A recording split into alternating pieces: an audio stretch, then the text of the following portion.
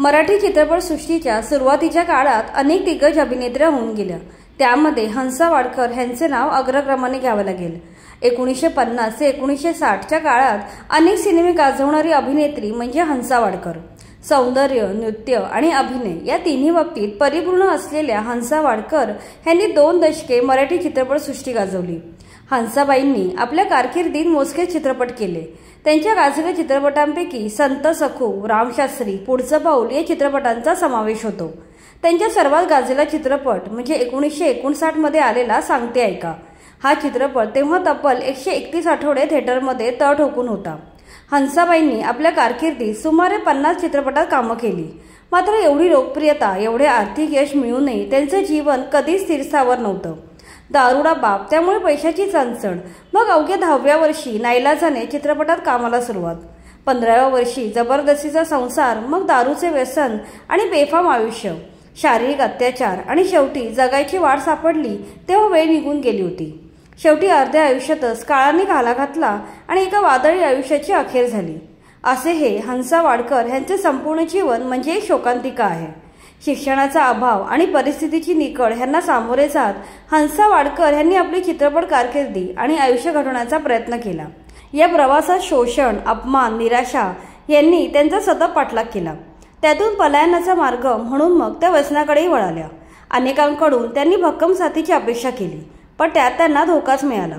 हंसाबाईंचे आयुष्य एवढं जबरदस्त होतं की श्याम बेनेगल सारख्या विख्यात दिग्दर्शकाने त्यांच्या आयुष्यावर भूमिका हा चित्रपट बनवला।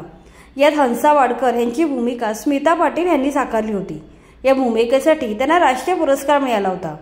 चला तर जाणून घेऊया हंसा वाडकर यांचे वादळी आयुष्य। हंसा वाडकर यांचा जन्म 24 जानेवारी 1923 रोजी मुंबईत झाला। मात्र त्यांचे बालपण सावंतवाडी येथे गेलं। त्यांचे पाण्यातलं नाव रतन होतं। वडील उत्तम तबलावादक होते, मात्र ते दारूच्या व्यसनाच्या पार आहारी गेले होते। त्यामुळे घरात कमावणारं कोणीही नव्हतं। त्यामुळे खाण्यापिण्याची मारामार होऊ लागली। त्यावेळी थोरली आत्या सिनेमात काम करत होती। तिने लहानग्या रतनला सिनेमात काम करायचा मार्ग सुचवला। पैशासाठी अवघ्या 10व्या वर्षात त्यांनी चित्रपटसृष्टीत पहिलं पाऊल टाकलं। मामा वरेरकर यांच्या विजयाचे लग्ने या सिनेमातून त्यांनी अभिनयात पदार्पण केलं। मामा वरेरकर यांनीच रतन साळगावकर नाव बदलून हंसा वाडकर असं केलं। मामा वरेरकरांनी हसऱ्या चेहऱ्याची म्हणून त्यांचं नाव हंसा असे ठेवले।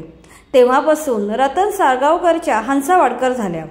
विजयाची लग्ने या चित्रपटातील भूमिका यशस्वीपणे साकारल्यावर हंसा वाडकर यांनी मीना, प्रेमपत्र, जमाना, राजकुमार असे सिनेमे केले। अवघ्या 15व्या वर्षी त्या प्रसिद्धीच्या झोतात आल्या। सावंतवाडीचे जगन्नाथ बंदरकर मुंबईत आले होते। त्यांची आणि हंसाबाईची लहानपणापासूनच ओळख होती। सावंतवाडी समोरासमोर राहत असताना या बंदरकरांनी रतनकडून मी तुझ्याशी लग्न करेन असे वचन घेतलं होतं। ते सारखे सारखे लग्नासाठी विचारणा करत होते। रोजची ही कटकट आणण्यासाठी वयाच्या 15व्या वर्षी हंसा वाडकर 6 सप्टेंबर 1937 रोजी जगन्नाथ बंदरकर यांच्याशी विवाहबद्ध झाल्या। त्यावेळी त्या बंदरकरापासूनच 3 महिन्याच्या गर्भवती होत्या। मात्र कमी वयामुळे आणि कामाच्या दगदगीमुळे गर्भपात झाला। लग्नानंतर बंदरकरांनी स्वतःची नाट्यसंस्था सुरू केली। हंसाबाई त्यात काम करू लागल्या। मात्र सुखाचा संसार करण्याची त्यांची इच्छा मात्र पूर्ण होऊ शकली नाही। बंदरकरांची नाट्यसंस्था तोट्यात गेली। त्यांना पैशाची चणचण भासू लागली आणि बंदरकरच हंसाबाईंना सिनेमात काम करण्याचा आग्रह करू लागले। चित्रपटसृष्टीला रामराम ठोकायचा असूनही हंसा वाडकर यांना नवऱ्याच्या आतताई व हव्यासी स्वभावामुळे पुन्हा चित्रपटात काम करावेच लागले। लग्नानंतर सुरुवातीला त्यांनी भगवान दादांच्या बहादूर, किसान, क्रिमिनल अशा ॲक्शन चित्रपटात कामं केली। पुढे बॉम्बे टॉकीजच्या दुर्गा, नवजीवन, आझाद या चित्रपटात त्यांनी कामं केली। पण तिथल्या गोष्टींबद्दल, त्यांच्या वागण्याबद्दल वावड्या उठायला लागल्या। बंदरकर हंसाबाईच्या चारित्र्याबद्दल संशय घेऊ लागले। ते त्यांना मारहाण करू लागले। हंसाबाई कमवत होत्या, दिवस रात्र मेहनत करत होत्या, मात्र संसार सुख नव्हतं। आपल्या विनाकारण संशय घेतला जात आहे ह्याचा हंसाबाईंना विलक्षण संताप आला। हंसाबाईंना मूल हवे होते। बाई अनेक वेळा गरोदर राहिल्या।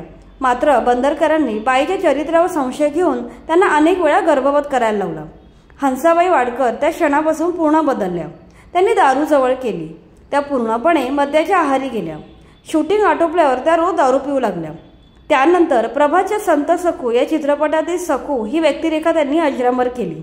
हंसाबाईंनी उभी केलेली सात्विक, सोज्वळ व सोशिक प्रवृत्तीची सखू त्यांच्या अंगभूत अभिनय गुणांनी उठून दिसली। याच दरम्यान त्यांना रेखा नावाची मुलगी झाली अनेक गर्भपातानंतर त्यांना बाळ झाले होते।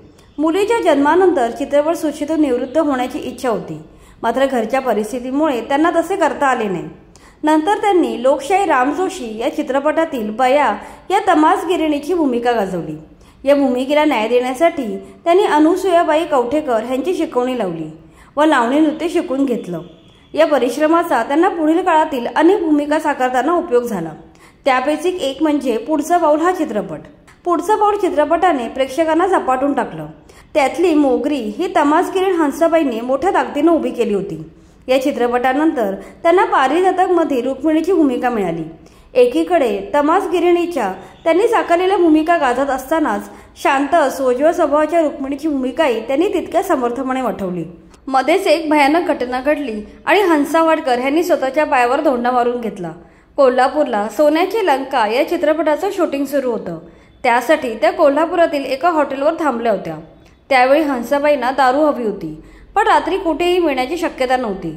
दारूची एवढी हुक्की आली होती की त्या वेड्यासारख्या दारूचा शोध घेत होत्या। अशा वेळी शेजारच्या खोलीत उतरलेल्या जोशी नावाच्या गृहस्थाने त्यांना दारू दिली। यातूनच जोशी आणि त्यांची मैत्री झाली। ते मुंबईत एकमेकांना भेटू लागले। घरी बंदरकरांबरोबरचे संबंध तुटण्या इतपत ताणले गेले होते। बंदरकरांसोबतच्या एका जोरदार भांडणानंतर हंसाबाई जोशींचा हात धरून मराठवाड्यातील एका खेड्यात पळून गेल्या। आपल्या छोट्या मुलीची मायाही त्यांना रोखू शकली नाही। तेथे त्या जोशींची चौथी बायको म्हणून राहू लागल्या। बाकीच्या बायकांसोबत जुळवून घेत अत्यंत वाईट अवस्थेत त्यांनी दिवस काढले। एका सुप्रसिद्ध अभिनेत्रीने कारकिर्दीच्या शिखरावर असताना खोल दरीत उडी मारली होती। त्या ठिकाणी त्या 3 वर्षे राहिल्या। येथे नजरकैदेत असल्यासारखे त्यांचे जगणे होते। त्यांनी लपून छपून नवऱ्याला पत्र लिहिले आणि आपल्याला सोडवायची विनंती केली।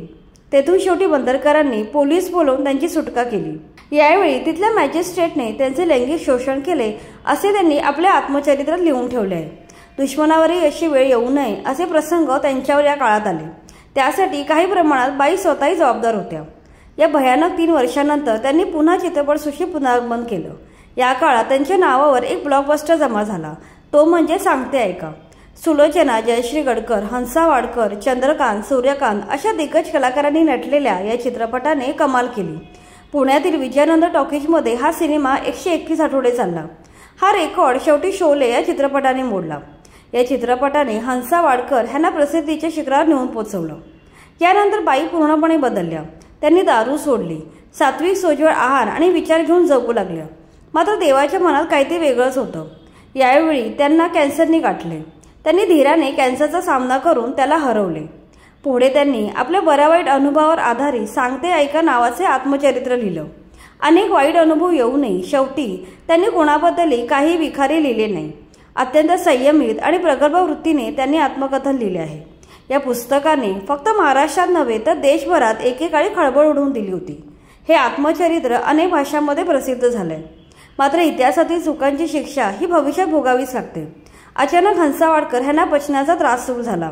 त्यांच्या पोटात अन्न टिकत नव्हतं। 22 दिवस अन्न पाण्याविना काढले। शेवटी गुंगीच्या प्रदीर्घ अवस्थेत अखेर 23 ऑगस्ट 1971 साली वयाच्या अवघ्या 47व्या वर्षी त्यांचे निधन झाले। त्यांचे जीवन म्हणजे मानवी जीवनाचा आरसा आहे। त्यांच्या आयुष्याकडून भरपूर काही शिकण्यासारखे आहे। आपल्या वैयक्तिक आयुष्यात घडणाऱ्या चढउतारांनी न डगमगता हंसा वाडकर अभिनय करत राहिल्या। अनेक चुका केल्या आणि त्याचे परिणामही भोगले। आपल्या वाटेला आलेल्या भूमिकांशी मात्र त्या एकनिष्ठ राहिल्या। कलेचा व त्यामुळे आपल्याला मिळालेल्या लौकिकाचा आप राखण्यात त्या कधी कधी कमी पडल्या। मात्र शेवटी पुन्हा आयुष्य उभे करून जीवन जगण्याची कसोशी हंसा वाडकर यांनी दाखवली। तर ही होती हंसा वाडकर यांची जीवन कहाणी। बाकी तुम्हाला व्हिडिओ आवडला असेल तर लाईक करा आणि मराठी चित्रपटसृष्टीशी निगडीत अशाच माहितीपूर्ण व्हिडिओसाठी आमच्या चॅनलला सबस्क्राईब करा।